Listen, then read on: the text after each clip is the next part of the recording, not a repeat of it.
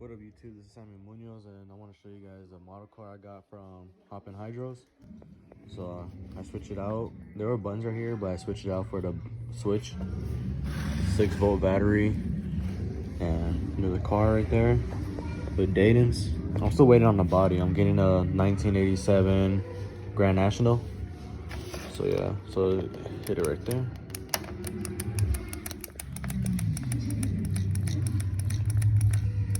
It doesn't go fast, but it's all good, you know.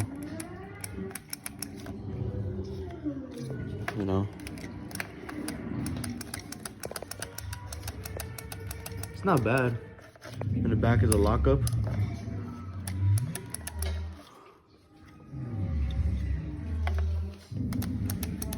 Shit. You know? So basically, I still gotta work on it though, because of string. So yeah. Thank you for watching, and I got more work to do, you know? So peace out.